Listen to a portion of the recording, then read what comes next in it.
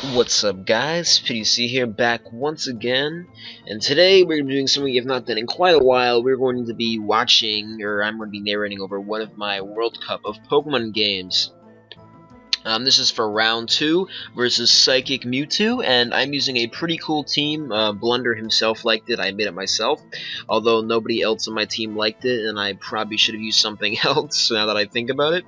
It's an interesting team based upon basically a balance core with Spectrum, which I thought was pretty cool. And the PsychicMewtwo is running a fairly standard Zard Y sand balance. Just looking at the matchup, I am essentially completely screwed. Because my checks to Zard Y are basically non-existent. I have one Pokemon that outspeeds it, and it's Lopunny, and it cannot switch into it for shit. So, I'm gonna just hit play here, and I lead Landorus. He does not know my Heatran is Specs from right off the bat, so he's probably going to assume I am Scarf and not going to attack me if he has Ice Beam. So I figured it was a pretty safe play to just go for the Rocks turn 1, because this way I can limit Zard. And if he did send out Zard turn 1, he'd be too afraid of Scarf Landorus to actually do anything. So I just U-turn out and decide to go out to my own Heatran. I go to my own Amoonguss here because I'm afraid of Thunder Wave or Knockoff or something like that, which I'm pretty sure is the right play. He goes for Calm Mind, which reveals that he is indeed Calm Mind Stealth Rock with Fable, which has actually been getting popularity quite a lot recently. I used that set back in, like, SPL 6, but not on a team. I tested it out, but I don't think I ever actually used it on a team. It's pretty cool because it gets a sweep when you don't really expect it to. But I decided to double out of Amoonguss into Heatran on the Ferrothorn, which I expected to come in my Mysterons. These are all Portishead Nicks, by the way. I make a misplay here, although I thought it was an okay play, to be perfectly honest. TDK after said he would have made the same play, so I figured it was not a terrible one. I go for a Dark Pulse, predicting the Starmie. I figured if I could kill that Starmie early, it'd be really good for me. But he goes to T-Tar, which I probably should have expected, considering Tyranitar is... he probably thought this was Magma Storm Solar Beam, so he went at something that could actually handle it instead of, one that could potentially be getting trapped by it.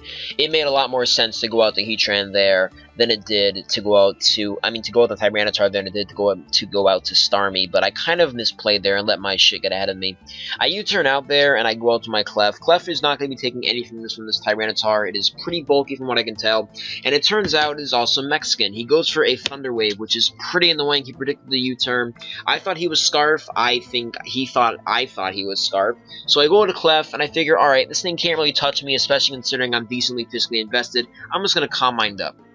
So I go for the Calm Mind, and he brings in his Starmie, which is not the best counter, especially considering he goes for Rapid Spin here, and I'm paralyzed. This is actually Thunderbolt, Moonblast, Clefable, so a +1 Thunderbolt, I believe, would have done about 70% there.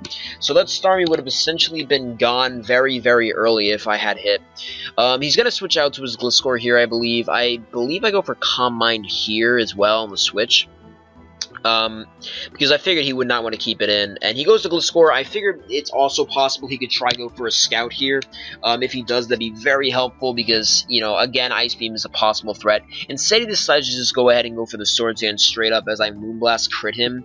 Now, the crit, while annoying, I still think it's kind of just because that Starmie should have been around 18% or 20%, and, instead, it got to live incredibly healthy and able to continuously keep rocks up the field and tank random moves from Heatran if it needs to. Especially considering how weak the Tyranitar is. But I go into my roads, and he actually goes for a Facade here, and it does a fucking shit ton to me. It's actually a max roll here. I believe he missed max by like 0.3%, and I go for the Hydro Pump, and it does quite a bit, but as we all know, Hydro Pump is an incredibly unreliable move. And if I miss even once, then Gliscor is probably going to be able to beat me. So really, it just comes down to me hitting a bunch of Hydro Pumps in a row consecutively. I hit this one after I hit the first one. I believe I hit about 6 in a row, actually, which is pretty shocking to me, because I did not expect me to ever be that lucky, but I don't know. I guess it was just the odds shining down on me. I did not do the calculation on what the chance of Hydro Pump hitting is. I think it was 6 times in a row. I'm not counting right now, but I believe it's probably still a bit over 50, so it's not like I got incredibly lucky or anything like that. I just got a little lucky here.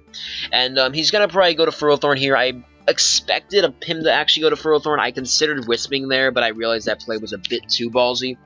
So I instead decided to just switch out to my Heatran. The reason I go straight out the Heatran instead of Volt Switching is because on the off chance he decides to be cute and go with Gliscor, I can just go ahead and go straight to Tran and keep it from roosting. He goes into his Starmie there. Like I said, Starmie would have been essentially dead there, so Heatran could have potentially nabbed at least some sort of damage. Maybe a Tyranitar or something like that. But he's going to go out to his Clef as I go to my Clef. Instead of risking the Gliscor, which is why I Moonblast there, inspecting in case he decided to be cute, I go to my Amoonguss here. The reason being, I really just need to keep that Clef under control, and because I'm paralyzed, there's no point in risking a Calm Mind War, and at the moment, he has quite a few checks in ready for Clef. So he actually goes with the Gliscor here, and I do predict that, and I end up going for the Stone Edge. This was it was a kind of a tough play to click on my part, but I ended up catching the Gliscor. I had a really big feeling, bad feeling he was going to go the Gliscor there, and luckily, I followed my gut, and I was correct, and Stone Edge was able to knock the Gliscor out. So that is one threat eliminated. He's down with one Mama before I am. I go to Amoonguss here, which is actually a bit of a misplay. He go ahead and scalds me, and he actually gets the burn, which is pretty annoying. I probably should have went Clef there. The reason I went Amoonguss was so I could potentially double on something else, but he just brings Starmie and gets him out of there, because obviously he's not keeping that in on Amoonguss, which can Giga Drain and Spore it. And I decided to go for the Spore. Obviously, Ferrothorn is coming in. There's really not much I can do here. Ferrothorn, I can't really touch on this team, which is kind of sad. I probably should have put a Hidden Power Fire on this Amoonguss. I switch out and go into my Lando. He really, I didn't think he would risk going into a Starmie on Landorus, and he's just probably going to set up another layer of spikes. Instead, he goes for a knockoff, which I don't really need the Rocky Helmet for much else anymore, since it's really not of any use to me, so I really don't care. That did more harm to him than it did harm to me. I'm just going to set up the rocks here, and this is kind of where the game is getting really fucking close, and it's going to really determine, you know, the hacks is going to be a big role in what is to come. So I decided to just switch out, no point in taking Iron Barb's damage, and I go to my Clef. I realize that this is not Iron Head Ferrothorn, instead only Power Whip knockoff. So, since I am decently physically defensive, I believe that I can outstall Power Whip at the very least. He decides to go to his own Clefable here, instead of trying to Power Whip me or anything like that. And I decide to go for the Calm Mind.